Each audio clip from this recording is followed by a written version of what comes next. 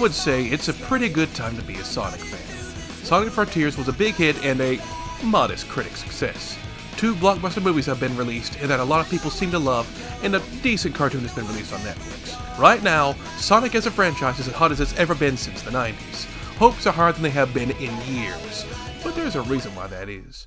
Any Sonic fan will tell you the series has been through a number of ups and downs, and critical and fan reception to some of the games has been all over the place. One game would get praised by critics and audiences, and then the very next would get torn to shreds. Every game has its fans, but every Sonic fan is not going to like every game. It seemed like, for a while, Sega and Sonic Team did not know what to do with their mascot.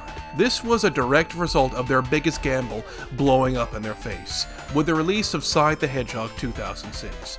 This game was going to be a big deal. It was their foray into the next generation. It would completely reboot the franchise and lead to a whole new direction for the series. It sold well commercially, but the game was completely torn apart by every single reviewer and fan at the time. It became very clear to Sega this was not the direction to go for the Blue Blur. And so over the next few years, from 2006 to 2011, depending on who you ask, a slew of Sonic games will be released of very polarizing quality, experimenting with the formula and trying something new with each one. The majority were usually ripped apart, but some people are more split on.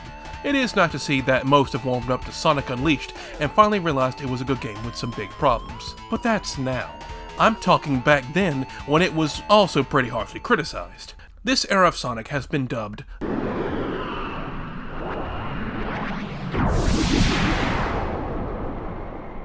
It's an era of Sonic that is not seen fondly by most Sonic fans. But also around that time, 2006 to 2011, was the advent of YouTube. Many more people were becoming aware of the site's existence, and a lot wanted in on it. That also included Sonic fans. A slew of Sonic fans who would become YouTubers and would voice their opinion on the series and its state around that time. Now, we got some good YouTubers around this time, like Some Call Me Johnny, one of my personal favorites. He is a fantastic reviewer. But then, you got the more vocal Sonic YouTubers. Fuck you! I'm done with this franchise! The ones who were not satisfied with where the series was going, and so they voiced their opinions from the high heavens. These YouTubers were not happy, and they were going to let Sega know. They knew what was best for the series, they knew how to fix it, they knew what the fans wanted, and they dedicated a majority of their career to voicing these thoughts and opinions. This led to the creation and discovery of some very interesting individuals. Allow me to introduce you all to the Sonic YouTubers of the Dark Age.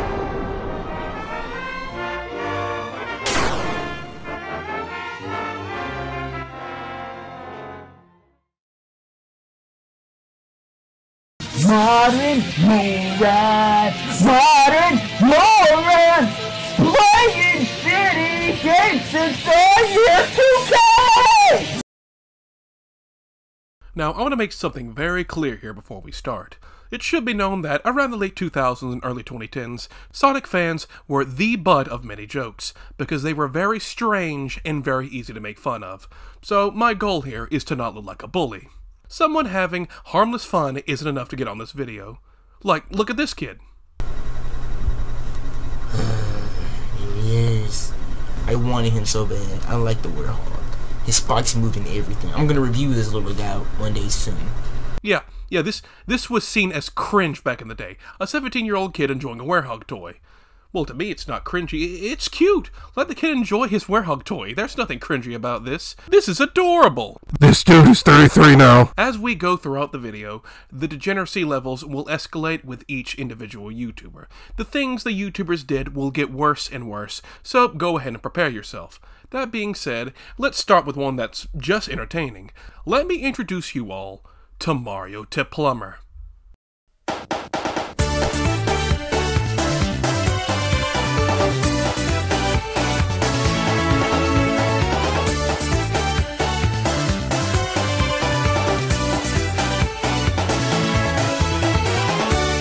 Oh yeah! Let's start this fucking shit!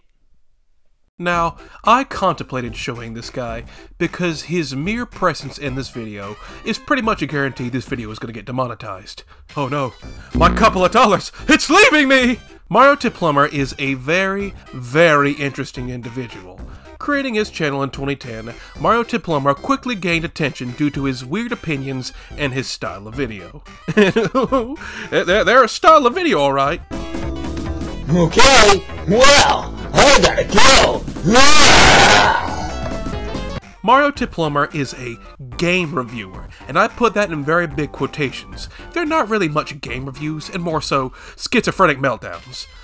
First of all, we got fucking a Sonic character ripoff. The reason why showing this dude's videos would demonetize my video is because this dude has the pottiest potty mouth I have ever seen from anyone ever. He throws out multiple swears in every sentence, and he's probably got to hold some sort of biggest potty mouth record on YouTube. You want to hear how many fucks he throws out in the first 15 seconds of a video? It's time to start dropping some F-bombs! Why did you have to make this fucking game and fucking suck fucking coil fuckers and fucking ruin the fucking freaking Sonic fucking series and the whole fucking franchise? And yes, almost all of his videos are like this. All of his reviews, that is. Mario Plumber is one of the examples of what I said earlier. He was not happy with the direction the series was going. He doesn't like the games that were coming out around the time, or hell, any 3D Sonic games in general. His main complaint I was able to garner from the attempted homicides on my ears is Sonic's design. This is probably the most well-known thing about Mario Plumber. His obsession with Sonic's old design. He loves Sonic's chunkier classic design compared to the slicker, more modern one, especially the design from 06, with a design he himself has stated a number of times has hentai quills. His arms and legs are like fucking noodles, and he's a fucking green-eyed, fucking ugly hentai quills that you guys want to shove up your ass. This is what he brings up all the damn time in his videos. His choices fucking suck. Fucking hentai. Well, that and his destruction of games. Oh yeah, this man has flat out destroyed physical copies of games in his videos. Watch him destroy this copy of Spyro 3. Fucking gay game! Fucking gay! Retarded and dumb! Fucking dumb game, break!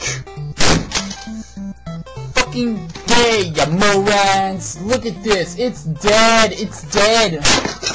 It's fucking gone! Oh, look at this! It's fucking gay game! He would constantly get into arguments with people about these videos, especially other Sonic fans, who he would deem anyone who disagreed with him about any Sonic game as modern morons.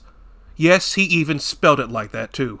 Modern morons! Modern morons! Playing shitty games since the year 2000! Oh yo, what is Spotify at? Looking at these now, it's very, very obvious these are shitpost troll videos. These are clearly made in pure jest and to get a reaction out of people. And back then, it worked! Mario Plumber was a prime target for commentary videos and making fun of him, because, well, just watch any one of his videos. People didn't seem to realize back then this was clearly for shits and giggles. But actually, there is some weight to thinking this guy was genuine. Around 2014, Nintendo released amiibo of their characters in Smash Bros, and these things in 2014 were infamous for being scalped. Nintendo didn't really produce enough of them, and they got resold on eBay for a high price all the damn time. One of the characters that got an amiibo was Rosalina. Now, Mario Plumber hates Rosalina with the burning passion of 1,000 suns. He made a whole video criticizing the design of Rosalina and how much he hates her. I cannot deal with the fact that Rosalina is a selectable character and that she's ruining the Mario series for me. You know, I'm just tired of the fact that Nintendo just keeps pushing this hentai waifu fetish culture in my face. Like, I don't want to be a part of this. I just want to play some video games for fun, especially Mario. But this was not enough to express his hatred for Rosalina, so he took it to the next level. He went out of his way to spend $4,000 to buy as many Rosalina amiibo as he could, not for reselling purposes, but so nobody else could have them. He did this for Rosalina and tons of other Smash characters he didn't like, just so nobody else could have them. And he had the photographic evidence to prove it. I can see why people thought this guy was 100% legit. Most normal people don't spend $4,000 for a joke. Well, that would be because it's a little more complicated than that. It's sort of half true. The opinions he spouts in the videos are his actual opinions on the things he's talking about, but he heavily exaggerates them for the purpose of entertainment. He really doesn't like Sonic's stretch out design, and he really doesn't like Rosalina. He even came out with a video detailing his actual thoughts and opinions that didn't involve him tapping into his inner chimpanzee. The opinions are really similar to the ones in his Howler Monkey reviews, but not nearly as exaggerated. Well, mostly. Yeah, I do believe that Sonic 1 is the best game. It's got the best gameplay for me. I could play it how many times and never get bored of it. And I just really overall like the design and the art style it went. There are plenty of videos of him being able to talk like a normal person, although he's still incredibly crude. And from the looks of things, he's still going to this day. He even made a video on Sonic Frontiers a few months ago. Alright, I'm the fucking first in the world to beat this game 100% truly. I fucking beat hard mode and got all the achievements. So yeah, this guy is just an exaggerated persona meant purely for entertainment purposes. He doesn't have any drama or anything bad surrounding him besides throwing out some slurs here and there, so it should be known. This guy, an exaggerated persona, is the tamest we have for today. Our other cases are even worse than this.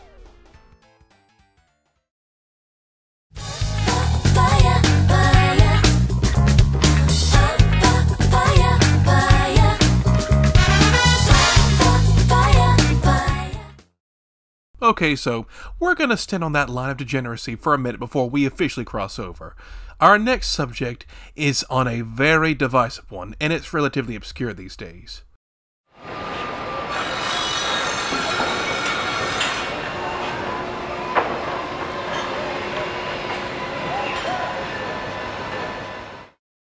Guptail89 is a small YouTuber who had a passion for video making and video editing.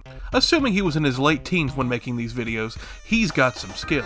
He's got a voice that was flat out made for commentary. He sounds really professional. Let me explain. When you don't script yourself, you sound boring with a lot of uhs, ums, and many pauses. To be more specific, how would you like it if a radio or TV announcer started telling a story and had no idea how he or she would tell it? With all the stammering and time wasting, wouldn't it make you want to change the channel? He's also a big fan of Sonic the Hedgehog, if you couldn't tell. Having videos and animations of the series on his channel, of varying quality. Gotcha this time, Sonic! Amy, what's the deal? Why can't you just go bother someone else? Are you doing anything special today? Well, I'm gonna be racing Shadow at 10:30 a.m. at Green Hill. Are you gonna marry me after that? I bet you are. And I gotta give it to the guy. He's able to express his thoughts and opinions in an extremely educated and critical manner. But because of this, it made him come off as smug and pretentious. Doing your mom. Doing your mom? That's just insulting! Most notably, he made a video criticizing all the angry game reviewers that were around at the time. Mostly criticizing their editing skills and their excessive swearing, which made him come off as a smug know-it-all Puritan who knew better than you did. YouTube is full of those now! But let me remind you, this may not seem like much now, but back then, that's what the hot thing was in the late 2000s. Everyone was trying to be the next James Rolfe, and everyone made them watch these kinds of videos, and criticizing them at that time basically put a huge target on your back. So this dude had some balls to make a video like this. We're gonna be coming back to James later, just stick around. So yeah, the dude has talent, no doubt, but you're not here for his opinion on game reviewers, you're here for his opinion on Sonic the Hedgehog. Now, Guptail wasn't an angry man throwing a fit over the newest games, he seemed pretty calm and collected about them. But he did make one video, and this one video is his most infamous, and you probably know the one I'm talking about. Play it. Sonic the Hedgehog, one of the greatest and most attractive characters ever thought up. He can run at sound speed, take out enemies in a flash, and best of all, he's blue-colored and knows how to handle the females. Speaking of females, the Sonic universe might also be classified as hot chick heaven because there's such a mess of very beautiful and tough women that it'll make you love the franchise even more. And since Valentine's Day is around the corner, I've been inspired to make a top 10 list of the most beautiful female Sonic characters. Grab yourself a snack and a glass of orange juice, and try not to reach through the screen because here we go! Number 10. Try this question on for size. Who chases and hugs Sonic all the time and wields a powerful hammer? Why, it's Amy Rose, of course. Though more of a cutie than a hottie, you can't deny the fact that she's still attractive. Two things that make her attractive are the fact that she wears a dress, and when have you ever seen 3 big, very smooth arcs of hair sticking out of a person's forehead? This speaks for itself. Or does it? I remember when this video first came out. It was torn to fucking shreds. Tons of people made videos about it, talking about how this guy came off as a furry, a creep, because some of the characters were underage. Let's meet Amy! Oh my god! He put Amy Rose, a furry pink hedgehog, in a top 10 hot list. See, he had us tricked. Had us tricked with that human female in the beginning. And does he realize Amy is 13 years old? It got so bad, the guy had to delete the video. But they didn't stop it from being archived. And it's basically all anyone remembers Guptail89 for now. Back then, it was seen as a video by some creepy furry with no self-awareness. Today, however, a lot of people view this video in a different light. There is a growing consensus this video was not made by a creepy furry with no self-awareness, but instead, a comedic genius who was ahead of his time. People today cannot tell if this video was a genuine top 10 video by a guy who didn't know what he was doing, or complete satire made for a laugh and to ruffle feathers. Like I said, the guy was smart and articulate about a lot of things. He was very clearly in the know about the video making process.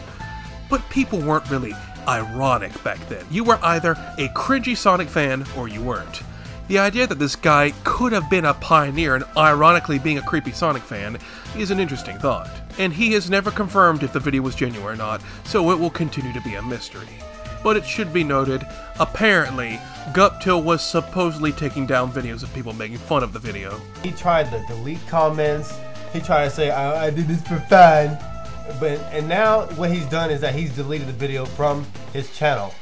But the worst thing that he's done, okay, is that when I uploaded it to my Blackbuster Archives account, he put a claim on it, like a crybaby. So yeah, that kind of discredits the whole ironic satire angle.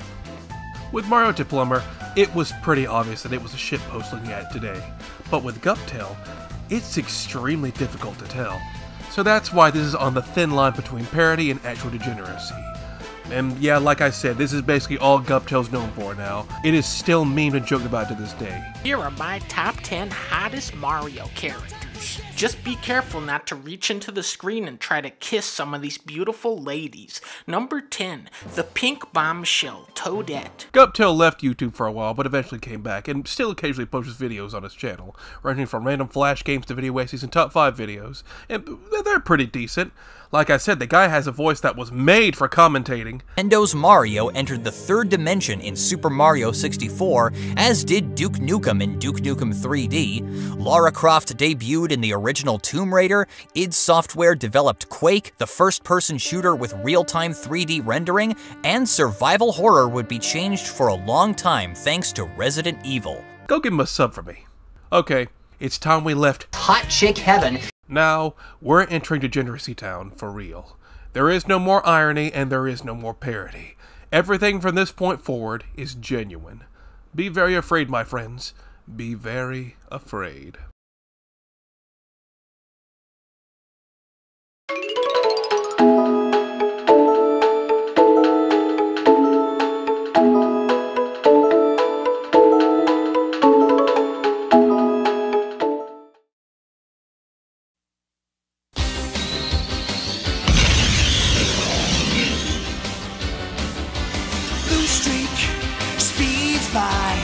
Sonic the Hedgehog, too fast for the naked eye. Sonic the Hedgehog. Sonic the Hedgehog, also known as Sonic Sat AM, was a groundbreaking cartoon for the time. It had a dark tone in contrast with the cute, colorful characters. There were actual stakes at hand, and it actually made the villain intimidating. A little business proposition, my dear Guardian. One you might find rewarding. Jeez, this is like some damn Jim Cummings ASMR. This show was a massive departure from the games it was based on, which were usually a lot more cheery and colorful, which is why it had so much appeal for so many people. It was short-lived though. It only ran for 2 seasons and it ended on a cliffhanger. But despite this, it grew a huge cult following. And one huge fan of this show in particular is the next subject of our video, a man known in the early 2000s internet as SonManiac.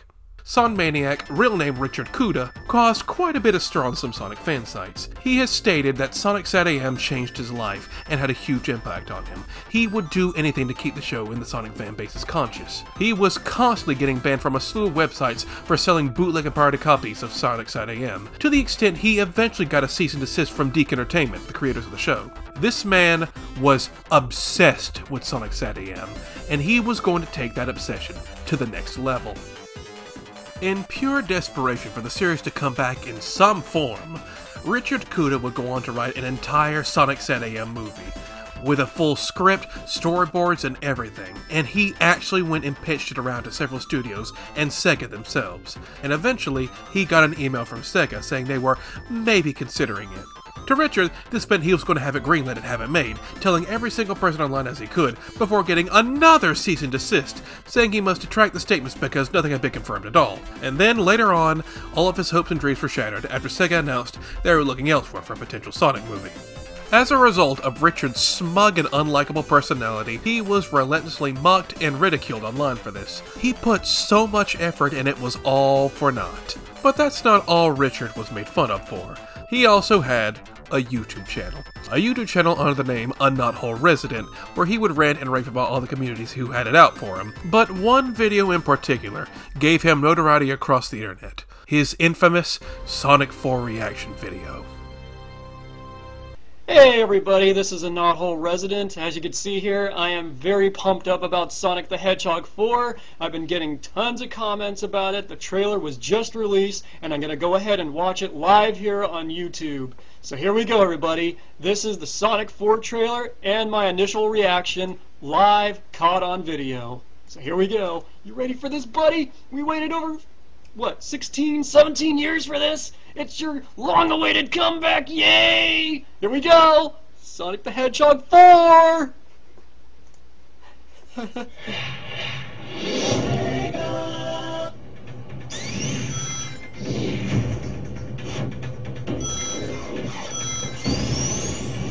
Oh, classic! Yeah, Sonic 3, yeah! Oh, there's a Motorbug!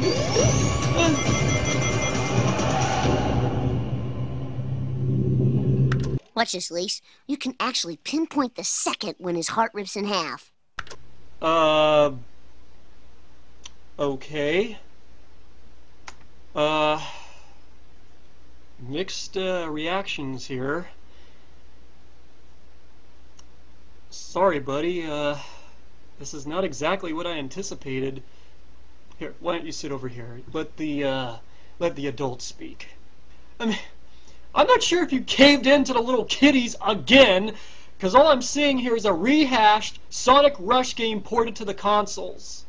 The same ugly, stretched out, green-eyed Sonic fighting the modern-style Eggman. Is that what he's going to be called too? Dr. Eggman? Ugh! I'm so infuriated right now. This is a complete turn-off. It's incredibly misleading. I mean, where is the classic Sonic? The classic black-eyed, beady-eyed Sonic fighting Dr. Robotnik in the classic Genesis form? Is that so hard to understand? This is not retro. I'm sorry. I do not have any feelings of nostalgia. This is not the worthy follow-up to Sonic 3 and Knuckles. I'm sorry, Sega. You failed in delivering 3D games, and you failed in delivering 2D games. Fuck you. I'm done with this franchise. This was laughed at and mocked relentlessly online, and I don't think I need to tell you why. Just like Mario to Plumber, Richard has an obsession with Sonic's old design. Not just his old design, but everything having to do with the classic Sonic. He hated Eggman not being called Robotnik anymore. To an extent, he would actively correct little kids if they got the name wrong in public. This man clearly had an idea of what Sonic was supposed to be about. He knew what was best. But nobody listened to his ideas. They saw him for what he came off as. A holier-than-thou know-it-all. And he was called out for it and mocked online for it, especially after the Sonic 4 video. No matter where he went, no matter how good he thought his intentions were, he was shunned and ridiculed. Richard didn't know how to take this. He constantly fought back and lashed out at the communities, which made them lash back even harder. He made rant videos and blog posts calling them out for ruining everything. It got so bad that an organization had contacted him in order to mitigate all this cyberbullying towards him. The Department of Internet Accounts, Protocol Evaluation, and Reprimand, who was going to help him. It was an opportunity that Richard was fast to take, although it was weird because they didn't seem to have an official website, and it took him a full week to realize there was no such thing as a Department for Cyberbullying because the organization's name was an acronym for... Oh god, no!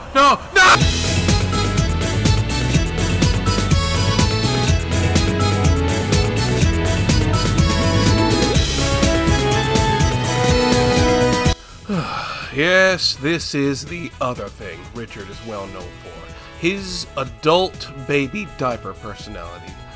It was a very strange development when people found out about this part of him. Now listen, I know I said there's nothing wrong with someone having fun with what they enjoy if it isn't hurting anything, but this actually is harming something. My fucking eyes, that's what it's harming.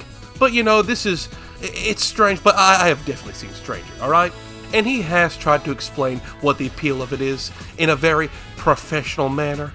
An adult baby is somebody that exhibits the mentality and physical attributes of being a toddler. And what you do is you just kind of provide the attire, like a footed sleeper or rompers or onesies or diapers, of course. And you just kind of create your own atmosphere, like I have over here. And what you do is you just kind of transport yourself back into that innocent moment of childhood. And it's nothing more than just harmless escapism. But this wasn't working on people. Once people found out about this part of him, this was basically his entire online persona now. The Sonic Diaper Guy. And you know, even after all this happened, he was still trying to get the Sonic movie made. But now it was going to be in the form of a fan film. He tried to get artists and animators to work on the project, but his reputation preceded him. He even tried going on Indiegogo, and only managed to get $300 out of the thousands he was asking for. Nobody, from the industry or the fans, seemed to care about his movie.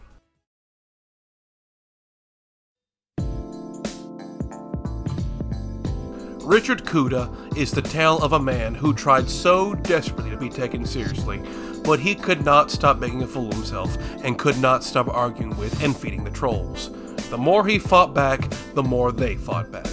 This led to absolutely no one taking him seriously, and when you really look at him, the dude has talent. He can write and script pretty well and still has a YouTube page up dedicated to his old art projects, and you can see some of these have some actual effort put into them. But despite all this, instead of being known for his art skills, anytime you bring him up, the first question someone will ask is, "Hey, isn't that the Sonic Diaper Guy?" I almost feel sorry for the guy. The last thing I want to bring up is his Indiegogo money. Yeah, he only got $300 from it and the movie was never made, but he did do something with the money. He commissioned an animation company in Argentina to animate a short film for him based on Sonic SatAM, and it's, The fear in your eyes indicates weakness. And if I may quote Charles Darwin, the weak is preyed upon by the strong. Terminate him! Sonic! No, Tails. Well, it's alright. I mean, animation feels like something I found on Newgrounds, and the voice acting is horrible, but it's tolerable. Even after doing all this, people still managed to turn it on him. And what did they do with it? Swing your partner left and right, and make sure their diaper's nice and tight. Color them flat or color them shade, it doesn't really matter how the good Lord made them. Rich or cooped up throwing fits, sure glad I didn't ever donate to this. $300 all gone to waste, should've used it to get past first base. Now all we have is this piece of trash, I wouldn't even use it to wipe my ass. Come one, come all, gather all around, this here is the Metallic Hoedown. Despite all my rage, I'm still just a Sonic fan in a cage.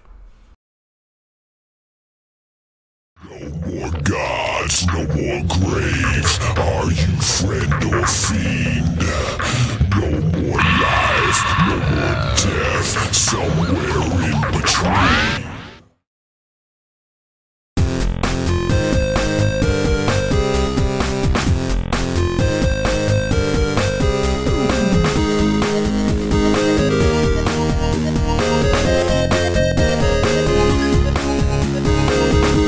In the late 2000s, one of the biggest content creators on the web was the Angry Video Game Nerd.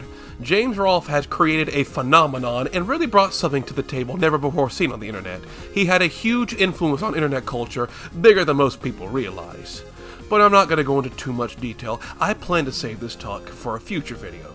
The fact of the matter is, because of the popularity of James Rolfe's character, it was of course going to spawn many a copycat. In the late 2000s, there were AVGN clones and wannabes everywhere. The whole concept of completely ripping on an old game while swearing up a storm and destroying it with special effects was the style at the time.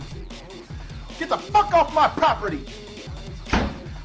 And one of those clones is our final subject for today. Everyone say hello to Spax 3.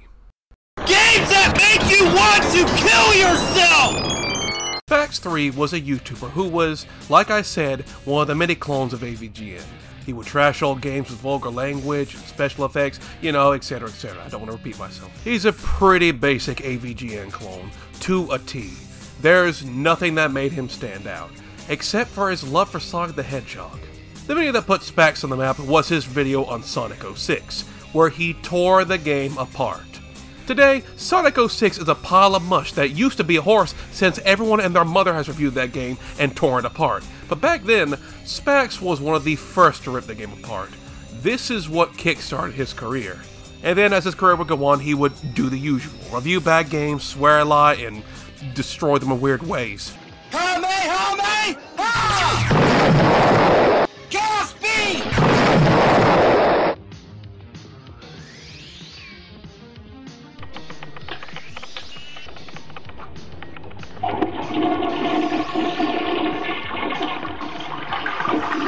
I can smell this video. Only thing interesting about Spax is, like I said, his obsession with Sonic the Hedgehog and the Noid from Domino's Pizza, strange enough. Yeah, he made a review on Yo Noid for the NES, and the Noid would become a reoccurring character in his review show.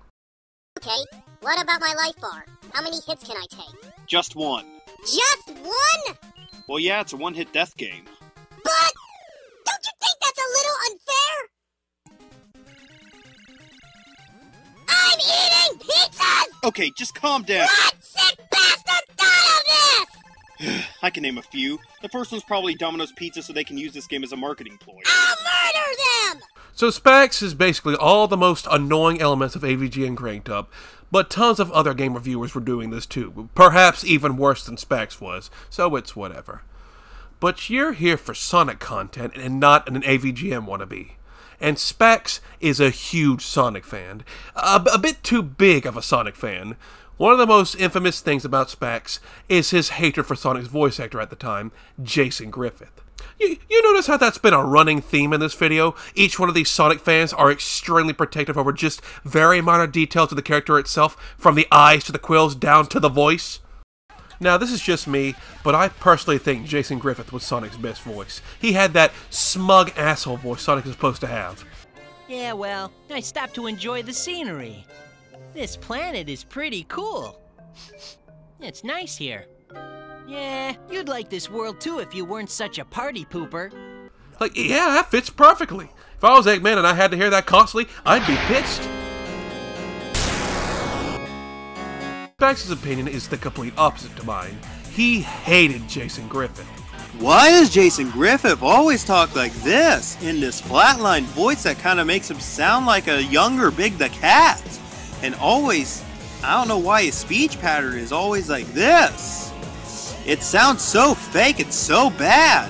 And plus, his shouts, yeah, yes, okay. Jesus, it's just so fake. But actually, I'm underselling it. He despised Jason Griffith. He hated him so much, he attempted to start a campaign to boycott Sonic 06, posting flyers everywhere in a boycott against the game until Sega replaced him. He hated Jason so much. He redubbed episodes of Sonic X, replacing Jason's voice with his own. The sky ain't nice the same. The stars, the moon.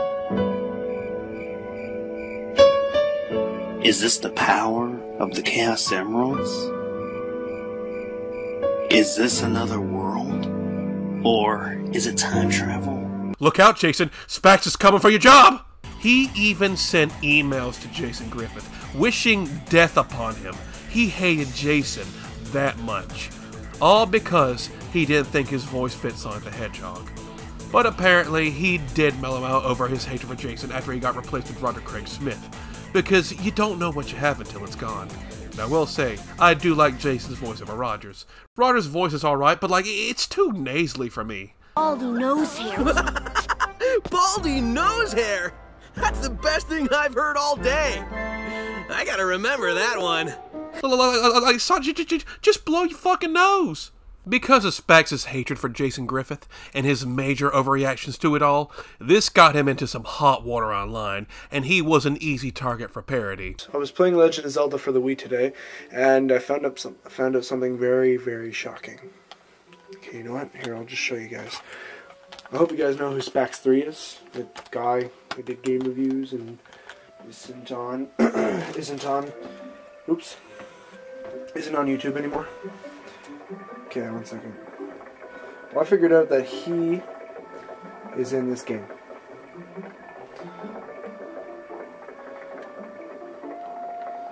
You see that, ladies and gentlemen? That there, Spax3. And this leads to the other thing Spax is known for. You are not allowed to criticize Spax or make fun of him because he would heavily abuse the copyright system. Any video showing footage of his channel or his character was hit with a copyright takedown. He would take down dozens of videos even if they fell into fair use. And eventually, he created his own company, as I say in major quotations. It was basically him and a few other people on the knockoff version of that guy with the gun. Wait, oh my god, is that Chibi? Oh my god, it is! I just did a video on you! Other controversies would also include getting into a fight with our good old pal Richard Kuda, who had contacted Spax to voice Sonic in one of the many versions of a Sonic fan film, but would be quickly removed because, well... The sky ain't nice the same. The stars, the moon... Yeah, that. This led to a slap fight between the two of them before eventually parting ways. And I do gotta give Richard some credit here. He got just as much shit online and lashed out, but he never tried to take anyone down or threaten to sue them like Spax has.